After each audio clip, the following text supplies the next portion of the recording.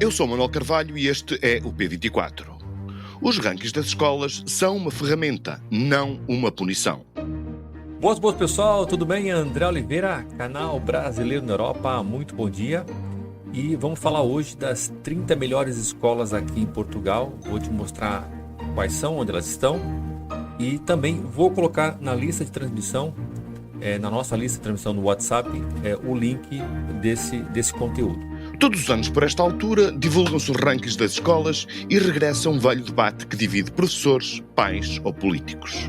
Ouvindo o influencer André Oliveira, do canal Brasileiro na Europa, percebe-se que a irritação ou o desprezo com que muitos condenam os rankings. Porque transformar os seus dados numa competição que elege 10, 20 ou 30 melhores escolas e condena as que ficam cá em baixo não é apenas um erro de análise. É também uma forma de destruir toda a utilidade que os rankings nos proporcionam. Mais do que seriar, elogiar ou punir, os dados dos rankings permitem-nos perceber onde as coisas correm bem e menos bem, onde há escolas e professores cujas práticas devem ser analisadas ou seguidas. Ou, por outras palavras, permitem-nos sair daquela zona de comodismo que tende a acreditar que todas as escolas e todos os professores fazem tudo o que devem, fazem tudo bem feito, que o seu desempenho é o que é à custa de uma qualquer ordem natural das coisas. A vida não é assim. Os rankings, como muitos leitores sabem, dizem muito ao nosso jornal. Foi o público que travou uma batalha com as instâncias administrativas para obrigar o governo a libertar os dados. E durante anos, o público empenhou-se em criar parcerias e em procurar soluções que nos permitam extrair o máximo daquilo que os rankings podem dar ao interesse público. O índice de superação que este ano o público estreia procura dar resposta à observação pertinente dos que acusam os rankings de comparar o incomparável. O que fizemos, com o apoio da Católica Porto Business School, foi determinar índices médios para escolas dos mesmos contextos sociais, económicos e educacionais. Se, como verificamos, a Escola Dr. Ferreira da Silva de Cocujães tem a média mais acima da média das escolas do mesmo meio social, é porque há ali qualquer coisa que vale a pena conhecer, estudar e, por que não, copiar.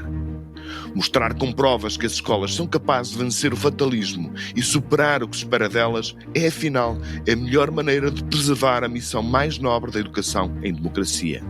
A de fazer com que todos tenham as melhores oportunidades de melhorar as suas vidas. Condenar os rankings por eles nos mostrarem diferenças gritantes pode servir para salvar as escolas piores dos anátemas ou das críticas, mas servirá também para as condenar a ficar nessa situação talvez para sempre. Neste episódio do P24, dedicado aos rankings das escolas, convidamos Andreia Sanches para nos dar a sua visão sobre estas e outras questões que lhes estão associadas. A Andreia é uma jornalista da Sociedade, especializada em assuntos da educação, que lidera há muitos anos a construção dos rankings do público. Este é o P24, o seu dia começa aqui. Olá, Andreia Sanches, obrigado por vires ao P24. Este ano o público estreia o ranking da superação. Com que ideia é que ficaste dos resultados depois de se aplicar este ranking? Há muitas escolas capazes de se superarem e de ficarem para lá daquilo que se esperava dos seus desempenhos? Tenha em consideração o seu meio social ou económico ou, enfim, não tiveste grandes surpresas? Não, olá Manuel. Não, na verdade o ranking da superação, tal como ele é feito este ano pelo público, traz aqui resultados bastante diferentes daqueles que são habituais quando olhamos para as escolas apenas tendo em conta os resultados que os seus alunos têm nos exames nacionais, sem mais.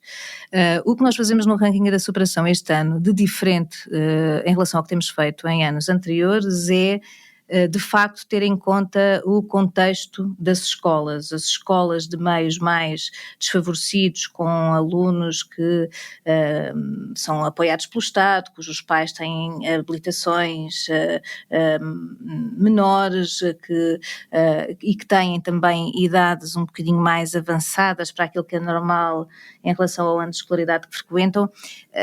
Esses contextos, as escolas desses contextos desfavorecidos são comparadas com escolas de contextos semelhantes do resto do país. E isto vale para todo o tipo de escolas de contextos mais favoráveis comparadas com outras semelhantes, colégios que cobram propinas e, portanto, não têm qualquer apoio do Estado, comparados com colégios semelhantes.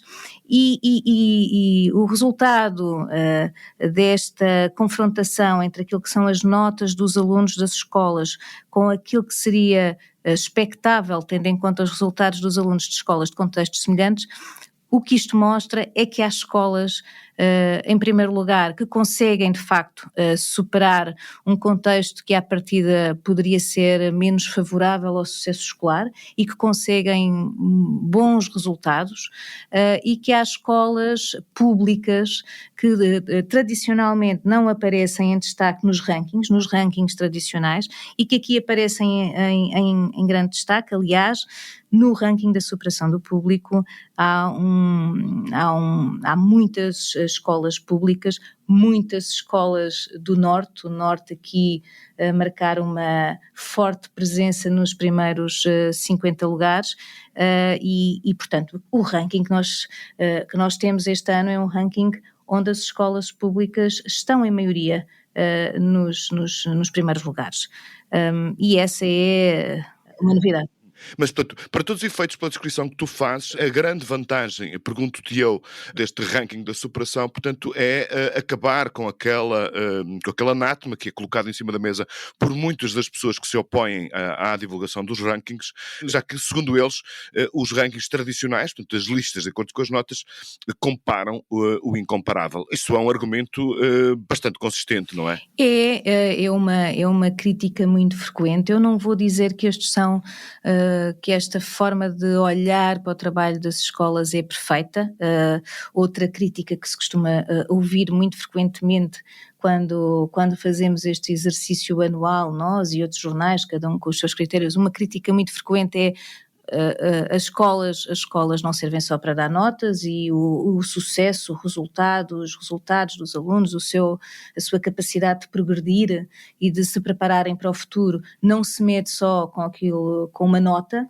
Mas a verdade é que o ranking da superação, tal como ele foi concebido este ano pelo público em parceria com a Católica Porto Business School, é um ranking que tende a minimizar essa questão de comparar o incomparável, porque não se ordena uma escola em função só da nota do exame, ordena sobretudo em função da diferença entre a nota do exame e aquilo que seria esperável, tendo em conta o resultado de alunos com perfis semelhantes. Portanto, resumindo, não estou a dizer que é um ranking perfeito, com a informação que os órgãos de comunicação social têm à disposição e que é fornecida pelo Ministério da Educação, é difícil fazer melhor, porque a informação ainda há muita informação que não existe ou que não é disponibilizada, mas tendo em conta a informação que temos, de facto o que nós estamos a olhar para a escola dizendo: escolas deste contexto têm em geral uma nota de X nos exames, e esta escola ficou abaixo ou acima dessa média, puxou mais ou menos pelos seus alunos, aqui fez com que eles ultrapassassem dificuldades que são comuns a outros alunos semelhantes no resto do país. As escolas privadas, que num ranking tradicional aparecem sempre a dominar o topo do ranking, aqui há escolas privadas que conseguem de facto também estar muito bem colocadas no ranking da superação, sem dúvida, mas são menos. Porquê? Porque as escolas privadas onde não se paga propinas estão a ser comparadas com todas as escolas privadas do país. E as escolas privadas que são financiadas pelo Estado e que, portanto, não podem fazer seleção de alunos e que não podem cobrar propinas porque estão a suprir falhas da rede pública, essas escolas são comparadas com outras escolas privadas do mesmo tipo, onde também não se cobram propinas, onde também não se faz seleção de alunos. Portanto, estamos a tentar, sim, comparar mais o que é comparável. Não é perfeito, mas acho que vai no sentido, e vários dos investigadores que contactámos e alguns dos quais escrevem neste suplemento que hoje, nesta edição especial que hoje fica disponível para os nossos leitores, vários investigadores dizem isso mesmo, é mais um passo para tentar ter um ranking mais justo. Mais justo, e sendo mais justo, é sem dúvida mais útil. E como é que tu explicas aos professores com quem tu lidas muito frequentemente porque é que é importante olhar para estes dados do ponto de vista da utilidade? Ou seja, o que é que eles nos podem dar, o que é que nos podem aprender no sentido de fazer com que a escola preste melhor, da melhor forma possível, portanto, o seu serviço público, a sua vocação pública? Com esta ressalva, que é sempre, nunca é demais sublinhar, de que não se mede tudo desta forma, que isto é apenas um indicador do trabalho das escolas. É mais um indicador, Mais sim. um indicador do trabalho das escolas. É absolutamente essencial, segundo me dizem alguns diretores, olhar para as escolas à nossa volta e perceber o que é que estamos a fazer melhor, pior, porque é que a escola vizinha ou a escola que fica no mesmo concelho ou no concelho vizinho consegue com alunos com um perfil idêntico, consegue que eles tenham melhores resultados, o que é que estão a fazer de diferente. Esta informação é útil desde logo para quem dirige uma escola, para quem ensina, porque sem comparação, há um diretor que me dizia, ainda esta semana, que me dizia o seguinte: até este exercício anual dos rankings começar a ser feito, eu desconhecia os resultados das escolas à minha volta. E sem comparação é muito difícil percebermos se estamos a fazer bem ou se podemos fazer melhor, ou procurar soluções para o que estamos a fazer pior. E, portanto, essa é a primeira, diria assim, a primeira vantagem desta informação estar disponível, até porque ela não diz só respeito às notas dos alunos, há outros indicadores que nós fornecemos, que compilamos, como as taxas de retenção, a capacidade que as escolas têm que os seus alunos mais pobres, com a ação social escolar, concluam os seus ciclos de estudo sem chumbos. Enfim, há aqui um outro conjunto de indicadores, a percentagem de professores no quadro, em cada agrupamento. Há aqui um conjunto de outras informações que permitem a quem ensina e a quem dirige uma escola poder comparar-se e tentar perceber, ir à procura de respostas sobre o que é que pode estar a falhar ou resultar bem. A segunda vantagem tem a ver, creio eu, com os autarcas. Há alguns dirigentes escolares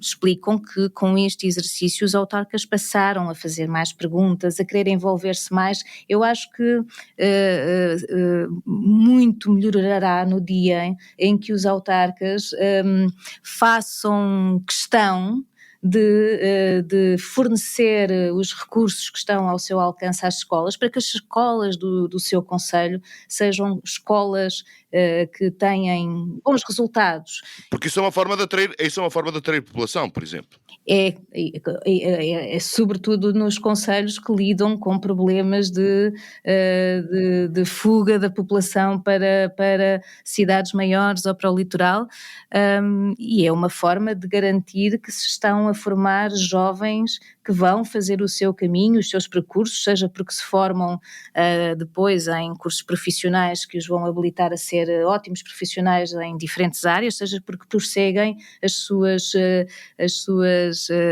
seus estudos em universidades, portanto, por todas essas razões. Mas a terceira vantagem é o envolvimento das famílias e dos pais, que eu creio que encontram neste exercício informação também, não só para fazer escolhas quando é possível fazê-las, e sabemos que nem sempre é possível fazer escolhas, porque nem sempre há num concelho muitas escolas, nem sempre é possível optar, mas esta informação, mesmo nesses casos, é útil para que os pais se possam envolver mais e possam tentar colaborar, integrar mais a comunidade educativa, fazer perguntas aos autarcas, aos professores, aos diretores, e tentar perceber também como é que aquela escola está em relação a outras que são semelhantes, e portanto também vejo vantagens para as famílias neste exercício. Olhando para essas 3 ordens de vantagens, certamente haverá outras, tu dirias, portanto, que a rejeição, que o índice de rejeição aos rankings se tem vindo a reduzir nos últimos anos? Eu não tenho assim uma resposta para essa pergunta, Manuel.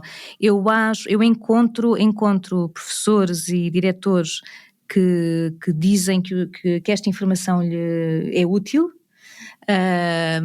e que lhes tem permitido progredir, questionar, debater internamente e encontrar soluções. Encontro muitos professores e diretores que ficam muito felizes por estarem bem colocados nos rankings, mas também encontro bastante rejeição noutros casos. E isso, e sobretudo em escolas que vivem contextos muito difíceis, e que mesmo quando se param com outras escolas de contextos difíceis, as especificidades que têm que enfrentar todos os dias para ensinar os seus alunos são tão diferentes que vêem nos rankings um exercício que as pode desanimar, porque dificilmente descolam ano após ano dos piores lugares, quando comparadas com outras, e para essas escolas os rankings são de facto, penalizadores para a sua imagem e para o esforço que acredito que muitos professores, mesmo nessas escolas com maus resultados, fazem todos os dias para tentar que os seus alunos consigam progredir e concretizar os seus sonhos.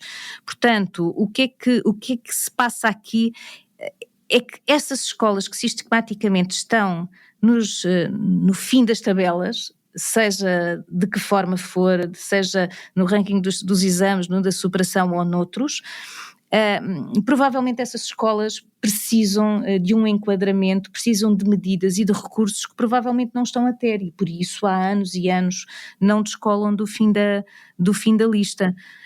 Eu recordo uma entrevista que fiz há uns anos ao ex-ministro da Educação, Júlio Pedrosa, que foi o ministro que, muito a contragosto, teve que divulgar pela primeira vez as bases de dados que deram origem aos rankings, na sequência de uma queixa que tinha havido à CADA e que deu razão aos jornais que pediam esses dados.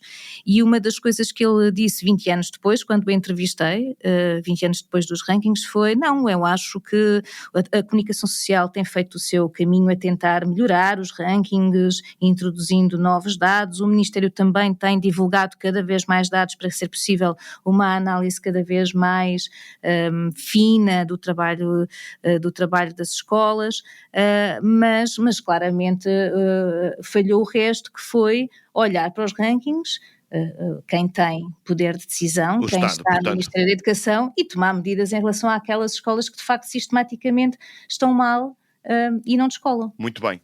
André Sanches, muito obrigado pelas tuas reflexões, obrigado por teres vindo ao P24. Muito obrigada, Manuel. Can't start a fire, sitting around crying over a broken heart. This comes for higher, even if we're just dancing in the dark. You can't start a fire. Grandes notícias para os amantes da música e, em especial, os de Bruce Springsteen. No auge da sua torrente criativa, o cantor norte-americano gravava músicas a eiro.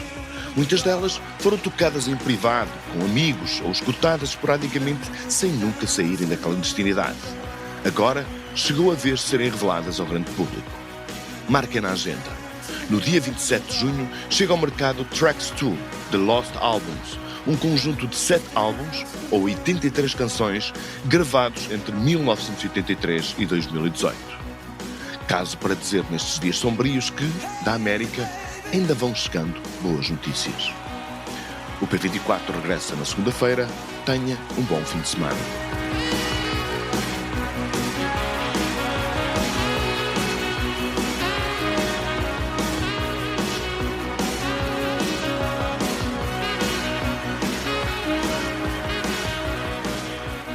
Para não perder os novos episódios, subscreva este podcast do Público na sua aplicação preferida. Para além deste programa, há mais para descobrir em público.pt/podcasts. O Público fica no ouvido.